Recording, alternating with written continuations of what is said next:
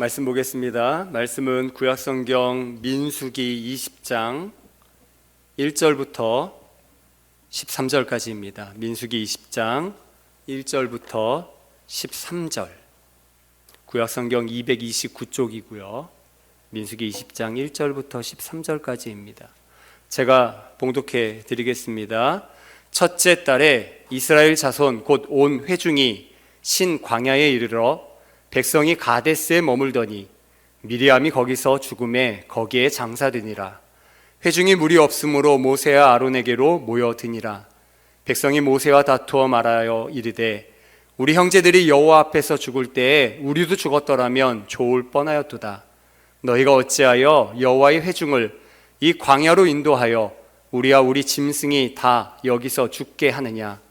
너희가 어찌하여 우리를 애굽에서 나오게 하여 이 나쁜 곳으로 인도하였느냐? 이곳에는 파종할 곳이 없고 무화과도 없고 포도도 없고 석류도 없고 마실 물도 없도다. 모세와 아론이 회중 앞을 떠나 회막 문에 이르러 엎드리매 여호와의 영광이 그들에게 나타나며 여호와께서 모세에게 말씀하여 이르시되 지팡이를 가지고 내 형 아론과 함께 회중을 모으고 그들의 목전에서 너희는 반석에게 명령하여 물을 내라 하라. 네가 그 반석이 물을 내게 하여 회중과 그들의 짐승에게 마시게 할지니라. 모세가 그 명령대로 여호와 앞에서 지팡이를 잡으니라. 모세와 아론이 회중을 그 반석 앞에 모으고 모세가 그들에게 이르되 반역한 너희여 들으라. 우리가 너희를 위하여 이 반석에서 물을 내랴 하고 모세가 그의 손을 들어 그의 지팡이로 반석을 2번 치니 물이 많이 솟아나오므로 회중과 그들의 짐승이 마시니라. 여호와께서 모세와 아론에게 이르시되 너희가 나를 믿지 아니하고 이스라엘 자손의 목전에서 내 거룩함을 나타내지 아니한 고로 너희는 이 회중을 내가 그들에게 준 땅으로 인도하여 드리지 못하리라 하시니라. 이스라엘 자손이 여호와와 다투었으므로 이를 무리바 무리라 하니라. 여호와께서 그들 중에서 그 거룩함을 나타내셨더라. 아멘. 할렐루야. 네, 거룩한 주일 예배하는 모든 분들 위해 하나님의 큰 은혜와 축복이 함께 하시기를 간절히 축원합니다. 오늘 읽은 이 본문 말씀 가지고 거룩함을 믿는 온전한 순종이란 제목으로 우리 말씀 전하겠습니다. 하나님께서 모세에게 말씀하셨어요. 너는 반석에게 명령하여 물이 나오게 하라라는 거죠. 광야에서 물이 없어 원망하던 이스라엘 백성들에게 하나님께서는 반석에서 물이 솟아나게 만들라는 거예요. 근데 하나님은 원망하는 이스라엘들을 위해서 기적을 행하셨습니다. 그것도 반석 그 돌덩어리에서 물이 솟아나게 하셨어요. 근데 오늘 본문의 사건은 반석에서 물이 솟아나는 기적으로 백성과 짐승들이 다 먹고 마신 것으로 마무리되지 않고요. 그 일을 행한 지도자 모세와 아론이 하나님께 책망받는 일을 다루고 있습니다. 그로 인해 그들은 약속의 땅마저 들어가지 못하게 되죠. 그리고 성경은 그들이 책망받는 이유가 하나님을 믿지 못하고 그분의 거룩함을 나타내지 못하였다. 하나님의 거룩함을 훼손했다는 거죠.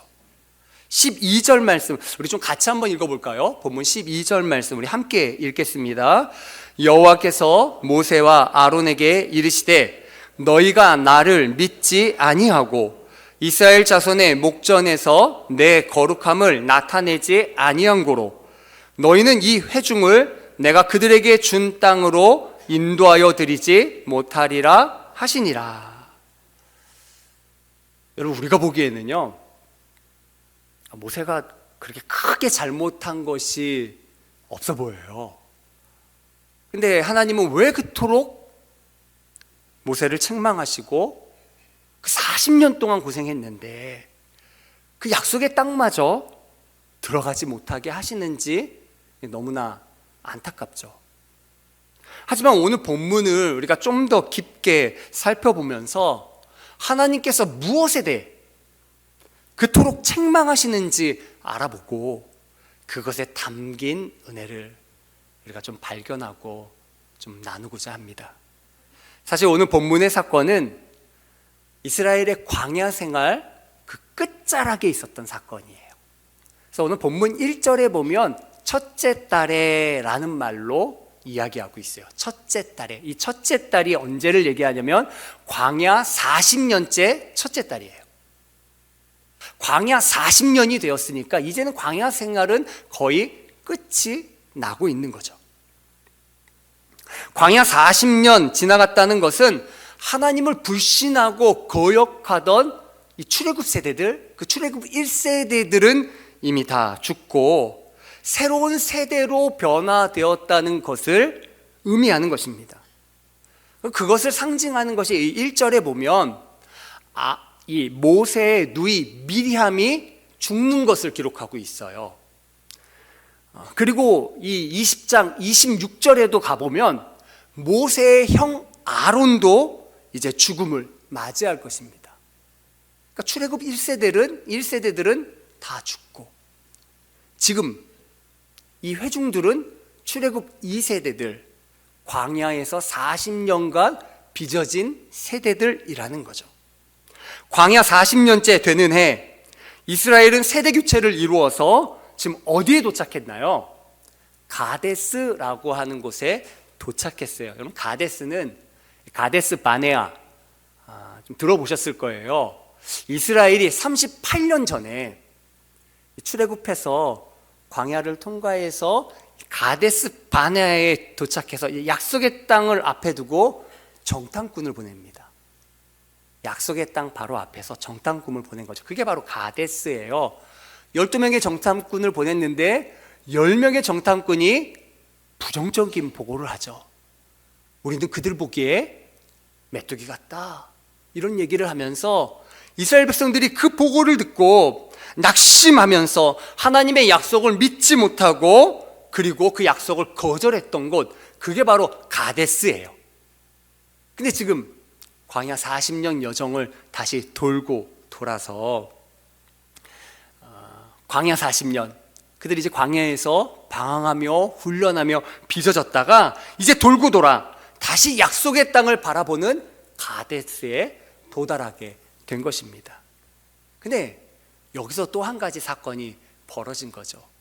물이 없어서 너무나 힘든 상황.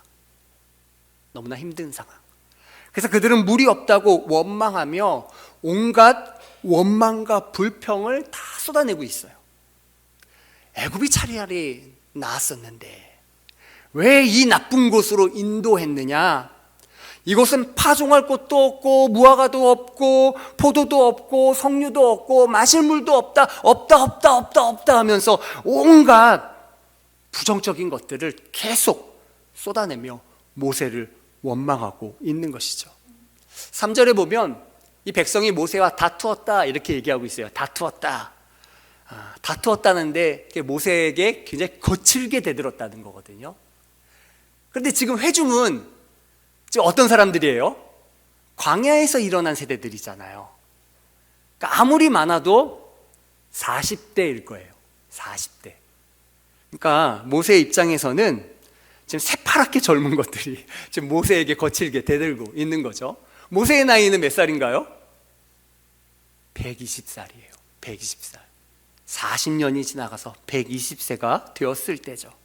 근데 그들이 모세에게 원망하는 것입니다. 모세에게만 원망하는 걸까요? 아니에요. 모세를 세우신 하나님에 대한 원망을 모세에게 표출하고 있는 것이죠. 좀 안타까워요. 40년 광야 생활을 좀 다 마쳤으면 이제 이스라엘은 좀 달라져야 할 텐데 새로운 세대가 일어난 거 아닙니까?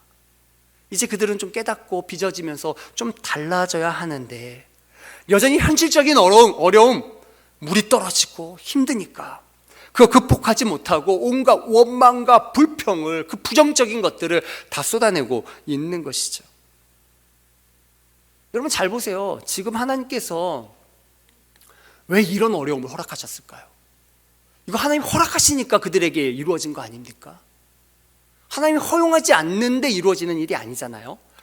왜 허락하셨을까요? 약속의 땅 바로 앞에서 왜 허락하셨을까요? 약속의 땅에 들어갈 만한 수준이 되는지 하나님 지금 달아보시는 거예요. 테스트해 보시는 거죠. 진짜 믿음으로 역경을 돌파하며 약속의 땅을 정복할 수 있는 사람들이 되는지 달아보시는 것입니다. 근데 안타깝게도 그들은 이 역경과 어려움 앞에서 거기에서 그만 주저앉고 마는 거죠.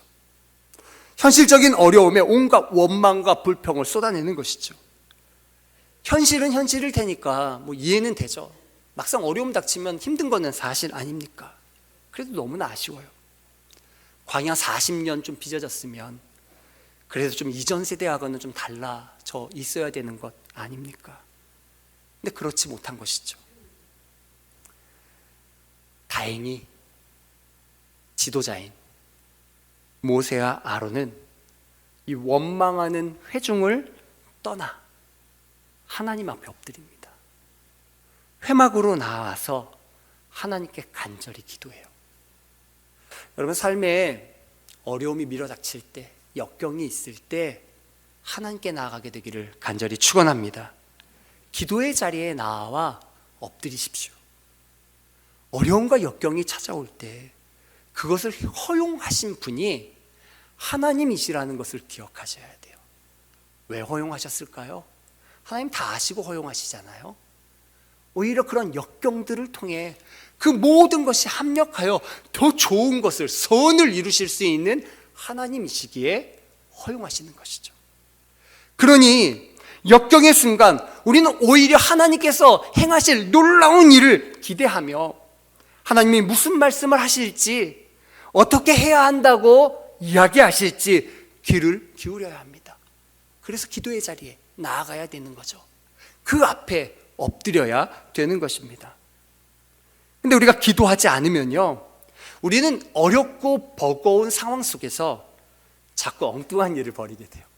엉뚱한 일을. 오늘 본문에 이스라엘 백성들처럼 뭐 하고 있어요? 기도하지 않으니까 하나님이 세운 지도자 모세에게 온통 부정적인 거, 원망, 거칠게 대하면서 그 불평을 쏟아내고 있는 거죠. 결국 하나님과 다투는 일이 벌어지는 것입니다. 기도하지 않기 때문이죠. 여러분, 예수님을 보세요. 예수님은 주님의 십자가, 정말 그 죽음 앞에, 그 역경 앞에 주님은요 그 십자가를 앞에 두고 기도의 자리에 나아가셨어요. 누가복음 22장 44절에 보면 이렇게 기록하고 있죠. 예수께서 힘쓰고 애써 더욱 간절히 기도하시니 땀이 땅에 떨어지는 핏방울같이 되더라. 예수님은 그 죽음 앞에, 그 역경 앞에, 그 십자가 앞에 간절히 하나님께 부르시죠. 기도하셨어요. 성경은 이때 하늘로부터 천사가 내려와 힘을 도왔다라고 기록하고 있습니다. 그래서 주님은 이 기도의 자리에서 하나님의 힘을 얻은 이후에 일어나 십자가를 향해 담대히 나아가게 되셨죠. 근데 예수님의 제자들은 어떠했나요? 사실 제자들은 대부분 기도의 자리에 나오지도 않았어요. 그 기도의 자리에 나오지 않은 제자들은 어떻게 됐나요? 시험이 닥치니까 다 도망쳤어요. 기도의 자리에 나온 제자들이 있죠. 누군가요? 3명, 베드로, 요한, 야고보. 3사람은 기도의 자리에 나왔어요. 근데 기도의 자리에 나왔지만 어떻게 했나요? 기도했나요? 기도하지 못했어요. 졸고 잠들었어요. 졸고 잠들었어요. 아무리 기도의 자리에 나와도, 아무리 예배의 자리에 나와도 졸고 잠들어 있으면, 우리는 기도하지 않으면 엉뚱한 일을 벌이게 돼요. 내 힘으로, 세상적인 방식으로 엉뚱한 일을 벌이게 됩니다. 베드로는 그때 무슨 일을 하나요? 검을 들어서요, 대제사장의 종 말고의 귀를 자르죠. 주님을 위한답시고 검을 들어 엉뚱한 짓을 하는 것입니다. 기도의 자리에서 기도하지 않으니까 주님을 위한다는 것이 주님의 길을 방해해요. 인간적인 열심만 가득한 거죠. 근데 열심보다 더 중요한 것이 기도예요. 기도의 자리를 지키시고 하나님께 엎드려 기도하는 우리 신장님께 모든 분들 되기를 간절히 축원합니다. 옆 분들하고 한번 인사해 보시죠. 기도의 자리 나오시죠. 기도합시다. 네, 기도하셔야 돼요. 새벽 기도도 좀 나오시고요. 기도하셔야 됩니다. 기도의 역경을 이길 수 있으셔야 돼요.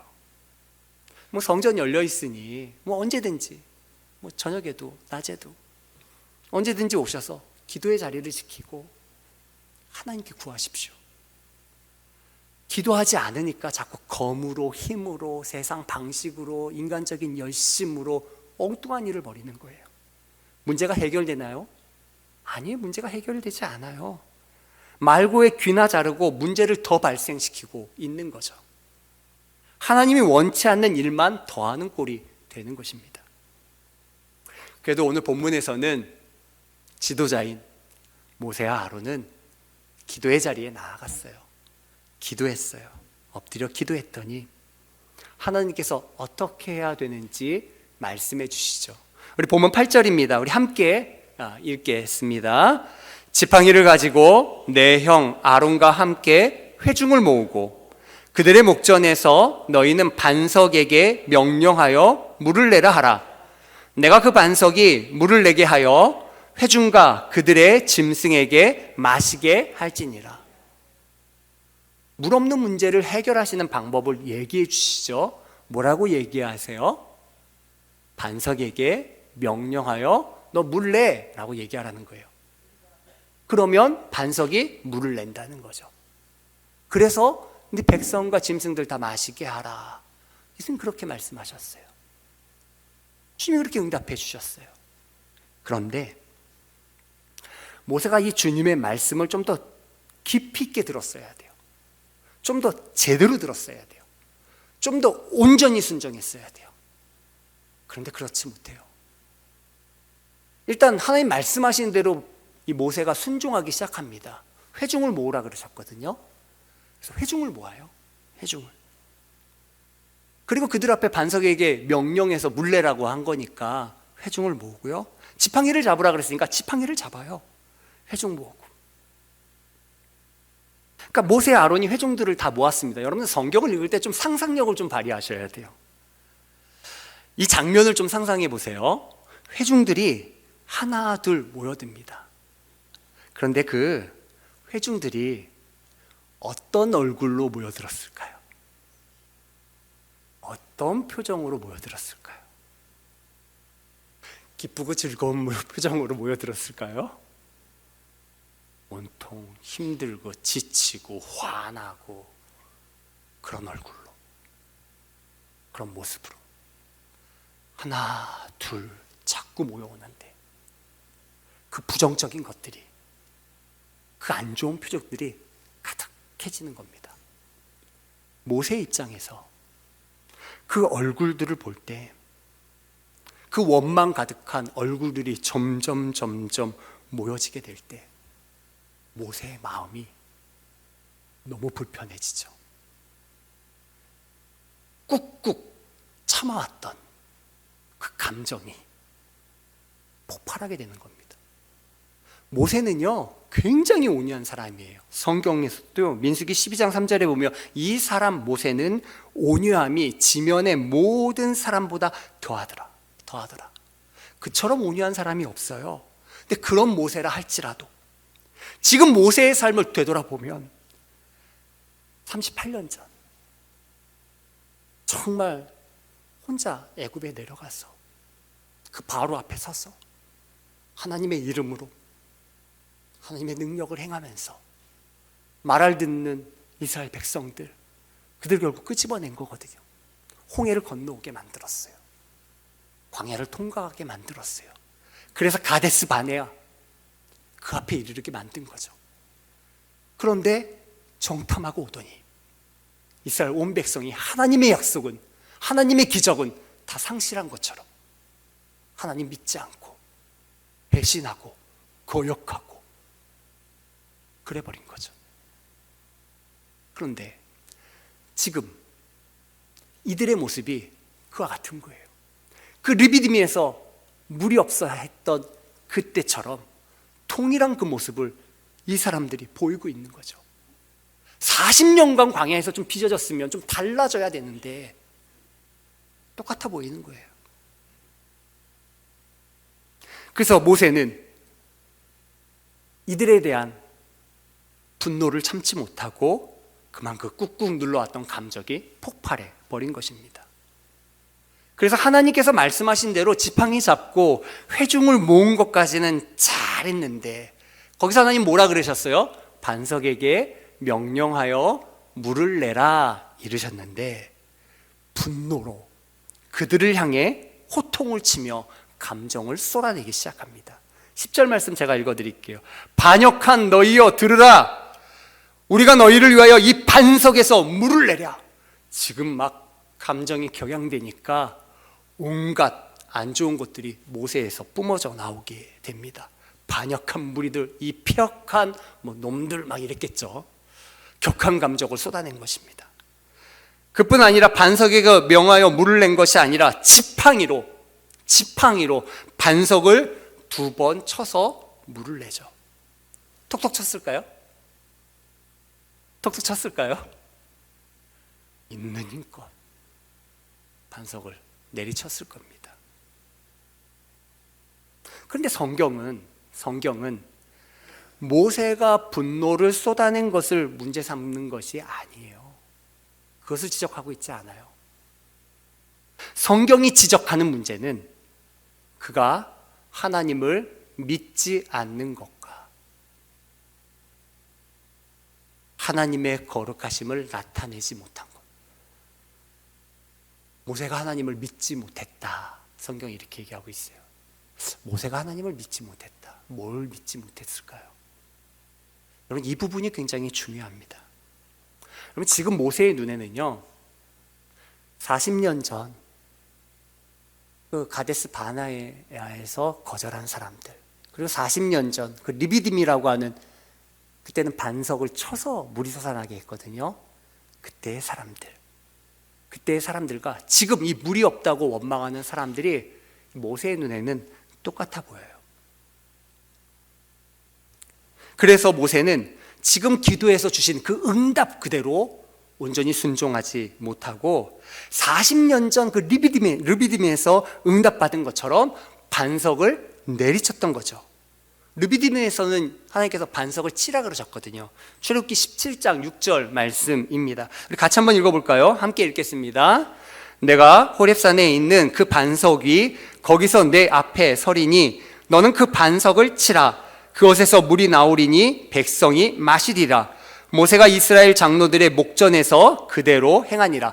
이 르비딤은 출애굽한 지 3개월 됐을 때의 일이거든요. 3개월 됐을 때. 그때의 모습, 그때의 원망 가득하며 돌로 모세를 막 치려 했던 그 모습이 떠오른 거죠.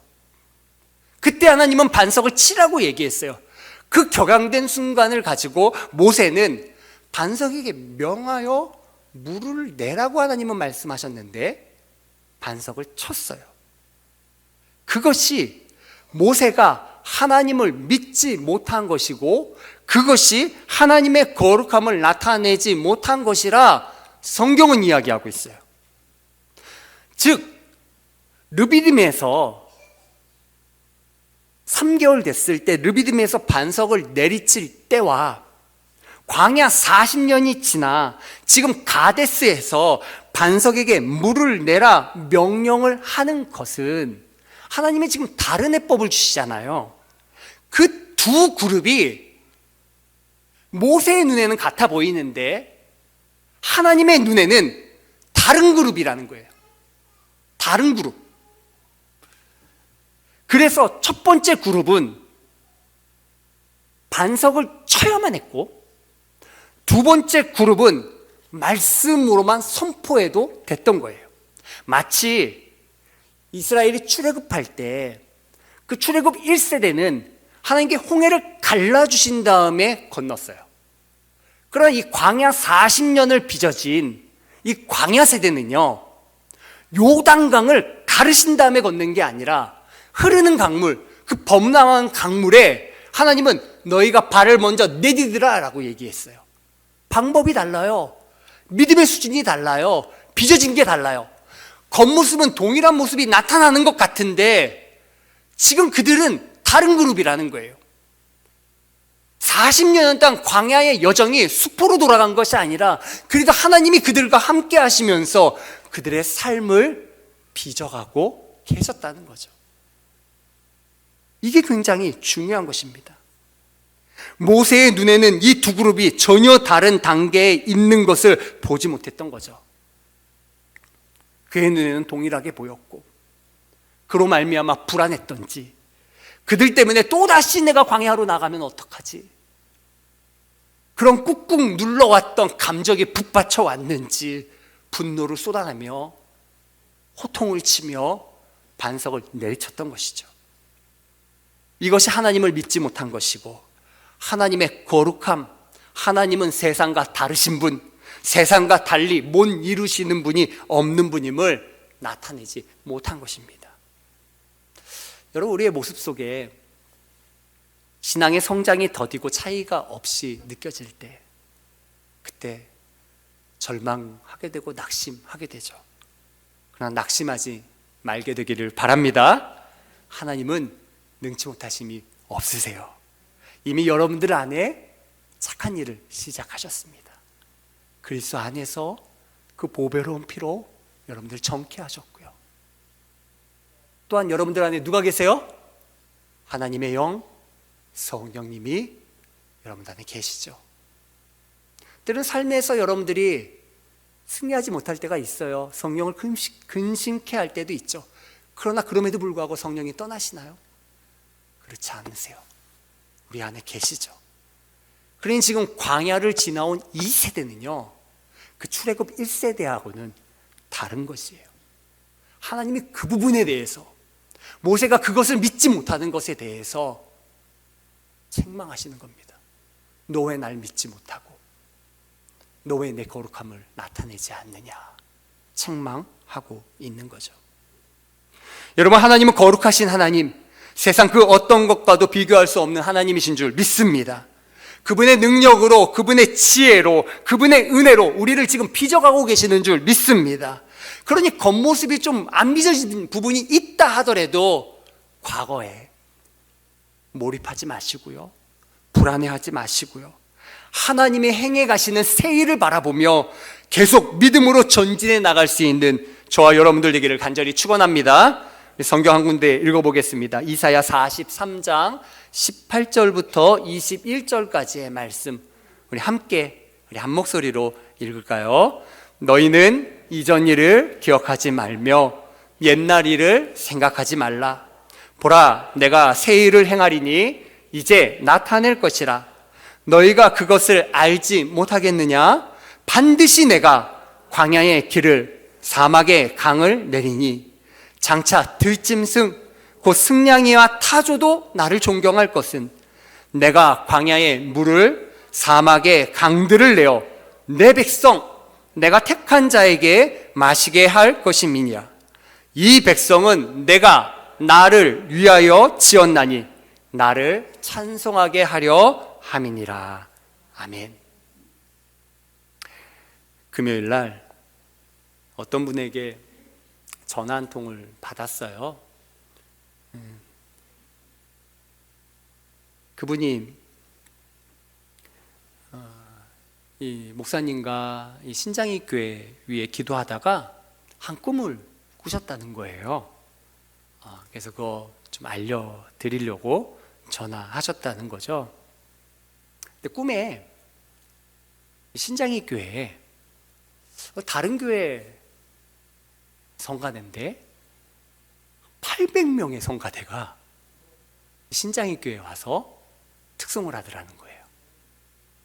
그리고 그 특송이 끝나니까 우리 신장이 교회 성가대도 그 다음에 서서 특송을 하는데, 이제 그 800명이 왔던 성가대는 이제 어른들로 이루어져서 800명이 특송을 한 반면 신장인 교회는 굉장히 다양한 계층이래요. 뭐 교복 입은 학생들도 있고 이렇게 다양한 계층이 이렇게 성가대로 해서 이렇게 특송을 하더라는 거예요. 그리고 이제 예배를 마치고 이제 신장인 교회니까 제가 이제 그 온 성가대들 이제 손님이죠. 800명의 성가대는 손님이잖아요. 그 성가대들의 식권을 제가 준비했더래요. 준비했는데 400개만 준비를 했더라는 거예요. 목사님이 400개만 준비를 하셨어요. 그래서 제가 굉장히 막 불안해 하더라는 거예요. 불안해. 왜냐면 400명은 못 드시니까. 그래서 어떻게 하지? 나머지 400은 뭐 사비로 채워야 되나? 막 그러면서 막 불안해 하고 계시더라는 거죠. 하여간 그 외에도 몇 가지 얘기를 더 하셨는데 그 꿈 얘기를 그냥 하셨어요. 그래도 제가 그 꿈을 들으면서 그래도 우리 교회 800명의 성가대가 들어온다 그러니까 여기 800명이 들어올 수 있을지 모르겠지만 좋다. 일단은 좋다. 그렇게 생각을 했고요. 그리고 식권을 준비했는데 제가 한 400, 그 절반뿐이 준비하지 못했다고 하니까 내가 좀 더 마음을 넓혀서 하나님의 일에 좀 더 준비하는 그런 사람이 되어야겠다. 이제 이렇게만 이제 생각을 했어요. 그런데 어제 토요일 날 이곳에서 그 한동대학교 기독 모임을 가졌거든요. 거기에 이제 사실 이 동북팀이라고 하는 여기 뭐 성북, 강북, 뭐 동대문 뭐 이 일대에 학부모님들이 계세요. 그 학부모님들이 한동대가 포항에 있는 강원도 포항에 있는 학교거든요. 멀리 아이들 보통 멀리 보내고 근데 기독교 이념으로 세워진 학교예요. 세워질 때부터 갈대상자라고 아주 굉장히 유명한 책도 나오긴 했는데 그 김영길 총장님 중심으로 세워졌던 제가 보니까 신학교보다 더 뜨거운 학교인 것 같아요. 네, 그런 학교인데 거기에 이제 그 학부모님들이 학생들 보내놓고 아이들을 위해 그렇게 이제 여기서 갈 수 없으니까 그 학부모님들이 늘 기도를 해요. 학부모 기도회가 열려요. 그 기도회가 저희 교회에서 좀 장소를 빌려드려서 계속 모여서 하고 있거든요. 근데 이번엔 그 팀이 주체가 되어서 이 한동대학교 신입생들 새가족 환영회를 신입생 환영회를 이 교회에서 한 거예요. 그래서 어제 그 신입생 환영회 재학생들, 뭐 동문들, 학부모들 모여서 이제 어제 토요일 날 오전에 저도 설교를 하고 그렇게 모임을 이렇게 가졌거든요. 근데 그때 이제 예배 전에 이제 그 한동대 청년들이 이제 찬양팀 이렇게 쭉 쓰고 이제 저희 여기 반주나 이게 해서 연주하고 이렇게 막 찬양을 하는데 뜨겁게 찬양하더라고요. 한참 저도 뜨겁게 이렇게 앉아서 찬양을 하다가 갑자기 그 꿈이 떠오르면서 깨달아지는 거예요. 알아지는 거예요. 800명의 성가대. 하나님께서 이 교회에 오면서부터 이 교회의 교인이 아닌 사람들, 작년에 성북지방 교역자들이 여기서 모였거든요. 한 분 한 분 목사님들, 귀한 분들이 와서 이곳에서 모여서 기도하고 예배하고 그랬었죠. 그리고 또 얼마 전에 성북지방 여성교회 개사기가 꽉 차서 또 뜨겁게 기도하고 그랬었거든요. 그리고 어제 한동대학교 뭐 각지에서 모여든 사람들 그리고 젊은 사람들이 모여서 이 교인이 아닌데 이곳에 모여서 하나님의 은혜를 뚫고 있더라고요. 하나님 보내주시는 사람들이고 이 교회에 하나님 부어주실 은혜가 크기 때문에 지금 그렇게 보내시고 그러고 있는데 제가 큰맘 먹고 준비했다는 것도 거기에 비하면 절반도 안 차는구나 그렇게 생각되는 거죠. 그러면서 하나님이 주시는 은혜는 제가 생각하는 것, 제가 구하는 것에 넘치는 분이시구나. 얼마나 감사한지 모르겠더라고요. 여러분, 주님은 거룩하신 분이십니다. 우리와 다르세요? 세상과 다르세요? 주님은 우리 가운데 놀라운 일을 이루어 가시는 줄 믿습니다. 우리는 자꾸 우리의 겉모습을 보고 절망하고 낙심하고 불안해하고 때로는 분노하죠. 그러나 하나님은 이미 우리 안에 주의 역사를 이루어가고 계십니다. 빚어가고 계십니다. 나를 위하여 빚는다 그러셨어요. 내 이름을 찬송케 하기 위해서 빚는다고 하셨어요. 이 온 교회를 주님이 빚어 가시는 줄 믿습니다. 오늘 본문을 잘 보시면 이것만 하고 마칠게요. 여기에 보면 하나님이 이 르비딤에게 얘기했던 것과 이 가데스에서 얘기한 게 달라요. 중요한 건 반석을 친 거, 명한 것도 다르지만 또 한 가지 다른 게 있어요. 뭐가 다르냐면 르비딤에서는 모세를 돌로 치려고 했거든요. 그때 하나님 뭐라 그러셨냐면 너 지팡이를 들고 백성을 지나쳐서 이스라엘 장로들을 데리고 반석 앞에서 그 반석을 치라 그랬어요. 즉 르비딤에서는요, 아직 이스라엘 회중들이 하나님의 기적을 맛볼 단계가 아니었어요. 거기에는 그나마 그 수준이 된 장로들만 데리고 하나님의 은혜를 체험케 하셨죠.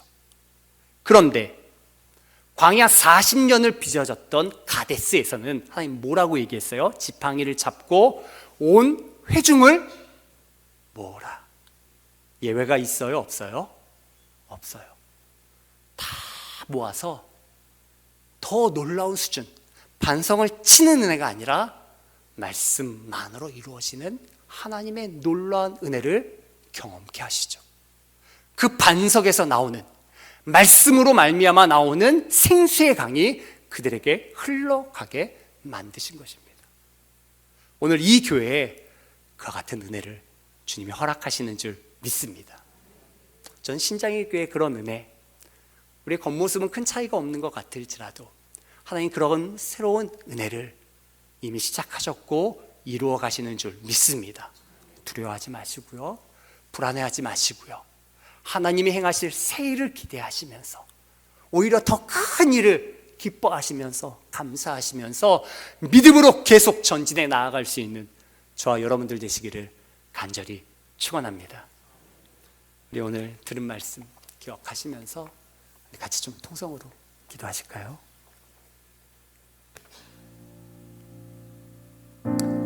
우리는 눈에 보이는 것에 자꾸 영향을 받아요. 역경 앞에 주저앉기 싫고 그 앞에 벌벌 떠는 우리의 모습들, 거기에 막 혼비백산하는 우리의 연약함을 볼 때 우리는 자꾸 절망합니다. 그러나 그럼에도 불구하고 하나님은 우리 가운데 계셔서 우리를 이 광야 세대처럼 빚으시고 계신 줄 믿습니다. 그리고 그 하나님은 결국 우리로 하여금 주님의 완전한 땅, 약속의 땅 정복하는 믿음의 백성 만드실 줄 믿습니다. 이 시간 하나님, 우리가 주님을 믿습니다. 불안해하지 않겠습니다. 두려워하지 않겠습니다. 하나님을 믿으며 하나님의 거룩함, 그래서 온전히 신뢰하며 주님의 거룩함을 훼손하는 것이 아니라 그 거룩함을 찬란히 나타낼 수 있는 믿음의 세대가 되겠습니다. 저희 신장의 교회가 되겠습니다. 그렇게 기도하는 이 시간 되기를 바랍니다.